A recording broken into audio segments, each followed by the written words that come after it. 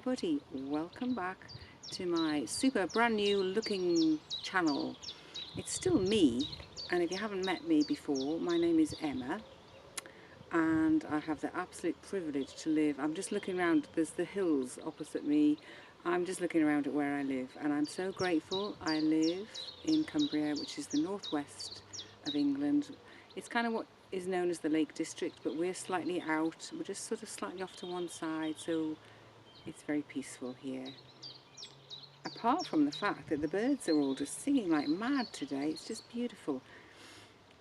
So I want to first of all thank everybody who came across to my Substack channel, whatever you call it, my Substack website. I'm not sure what you even call it, it's just a Substack. And I'm so grateful because you came and subscribed and you left me lovely comments here. The fact you came and had a look was just wonderful.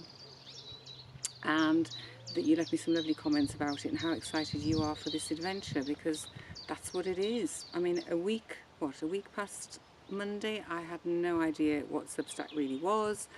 I had to learn about it. I had to learn really quickly, I can tell you, because I knew that once I kind of went public and said, well, I'm changing my channel, people would go and look at it. I had absolute faith that some of you would go and look at it, and kind of I wanted it to be ready, so I had to learn very quickly what to do, and I'm very excited to be there. It's really opened me up. I've just had my lunch outside. I decided that today was not a day for being indoors at all. I'm going to be out here this afternoon. I've spent the morning on my computer doing sort of arty things, and there's a lot of sort of admin things sometimes with being an artist. You have to be able to sort of publicise yourself. We've got an exhibition coming up, so I'm putting photographs together for that. So there's all sorts of things go on behind the scenes, just put it that way.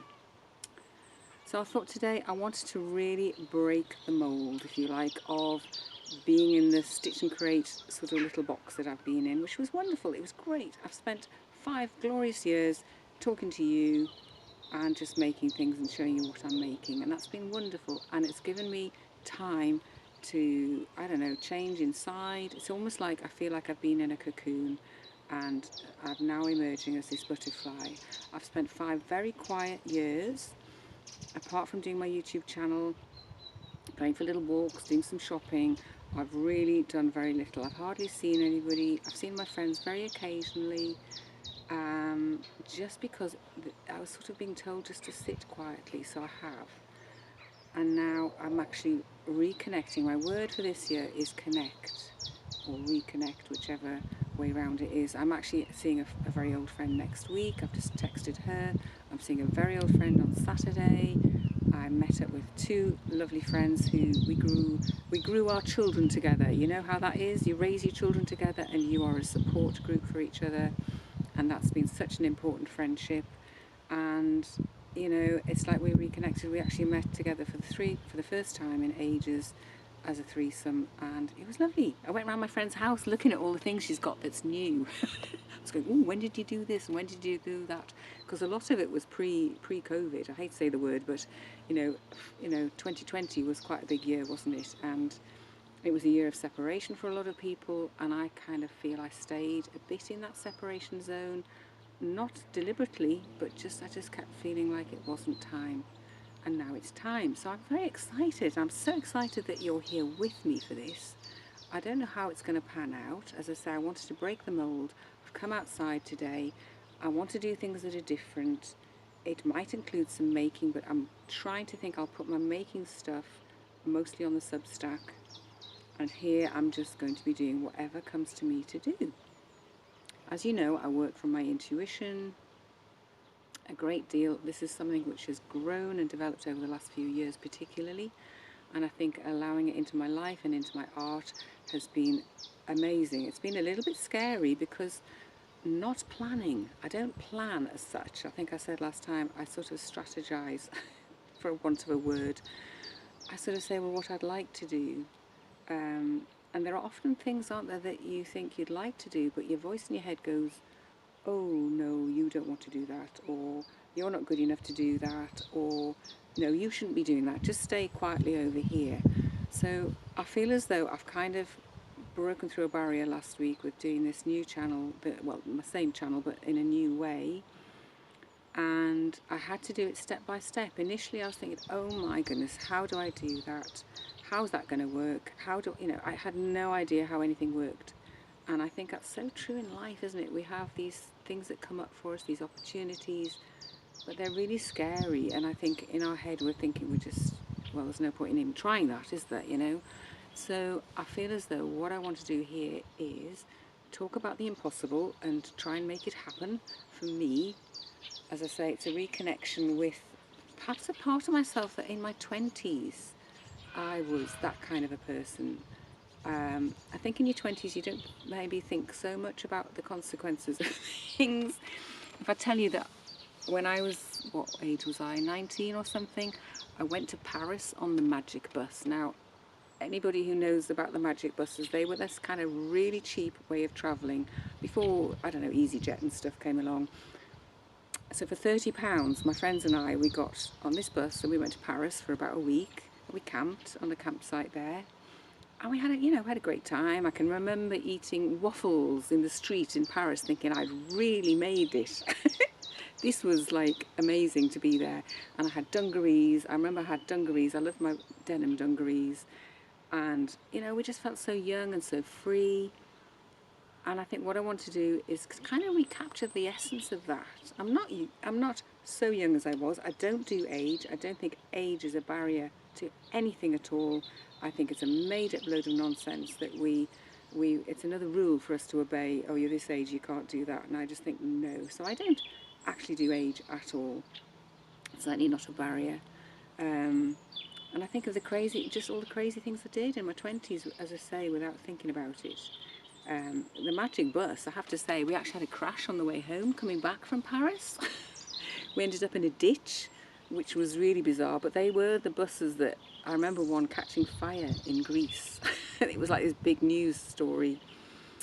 So, but I took risks, and I want to get back to that risk taker, that part of me that goes, well, okay, so I might, I'll do a risk assessment. I might do a risk assessment, and I might say, well, actually, no, that's really a bit stupid.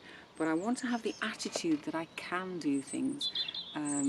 I may not want to hang glide, and I may not want to jump out of an aeroplane with a parachute on, but I'm going to say, well, maybe I will. Maybe I will one day. What if? And I'm kind of applying now to my life the ethos that I've developed in my artwork, which anybody who's watched me over the last 5 years, growing and changing and evolving what I do and trusting more and more in my intuition, this is what I want to apply to my life now, and listen to my inner voice that says, now do this thing. And it's often the quiet voice, because I think the loudest voice in your head, don't you think, that's your inner fear that says, oh no, you better stay safe, don't step outside of that box, just stay where you are and you'll be safe. And I'm a bit done with being safe in that way. I'm not going to go and do reckless things, but I want to just push the envelope a bit and say, well, what if I just text my friend and see if she's free? I haven't seen her for 5 years, but we're still good friends. And I did it from a place of, I wasn't apologising that the fact I haven't seen her. I just said, would you like to meet for lunch? Because we have written to each other. We haven't seen each other, but we kept writing to each other. We actually wrote letters to each other during all the lockdowns and stuff. So as I say, I'm just starting afresh. I don't know how this is going to be. I might even get myself one of those little microphone things that you get with a little fluffy thing on, because I apologise if the sound isn't perfect out here. But perfect is not what I do. Good enough is what I do, and I hope you'll join me in that as an ethos, that good enough is just absolutely fine. So I'm sitting here in the vegetable patch. I don't know if you can see, this is my husband's willow behind here, and this is my dear old shed that I've had for many years. She's a bit falling to bits. If you see the roof, there's a big hole in it, but she's a lovely shed. I absolutely love her, and the shabbier she gets, I think the more I love her. And I'm not going to show you inside because it's full of cardboard and some tools. We put cardboard down on all our vegetable beds with some grass and hay and stuff. So we used to put our lawn clippings on actually with the cardboard, because that makes a really good soil. It begins to make soil with some donkey muck. But actually now we have geese, we don't cut our lawns anymore. Not that we have a lawn, it's more of a wildflower sort of area. A bit ramshackle like everything around here. So I hope this is enough for today. I'm just going to go, this afternoon I want to plant my garlic out. Can you hear that? That's the ravens going over.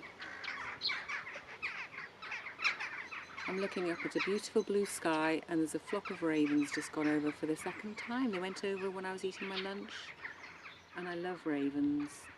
There's something about them, they're so wild and free. Oh, and there's some more, and every night, I think they're ravens, or are they jackdaws? Anyway, they're big black birds, and I'm not a birdie person, so are they ravens? No, they'll be jackdaws. Sorry, jackdaws. So my husband's busy cutting his willow, hence these big stacks of it behind me. And it's that time of year, it's spring. So I'm going to plant my garlic this afternoon, and I'm going to wrap this video up here. And it comes to me that this is really important to do this video, I don't know why, outside. I hope it'll encourage you to put your coat on. I actually did have a fleece on, but it's actually warmed up. It's supposed to be very warm today and tomorrow. But I just decided I was coming outside even if it was cold, and I encourage you just to be brave. Take that step towards something that's a bit different, even if it's a bit scary. Give it a go, because who knows where it'll take us, you know. The adventure is awaiting us. It's so exciting. So thank you so much for being here. Thank you very much for listening to my rambling. And as I say, this is just the first video. I'm going to do it video by video, week by week, and we'll see what comes to me to share with you. Thank you for your company. Thank you for your subscriptions. Thank you for your support. Give me a thumbs up if you think it was something you know other people might like to see.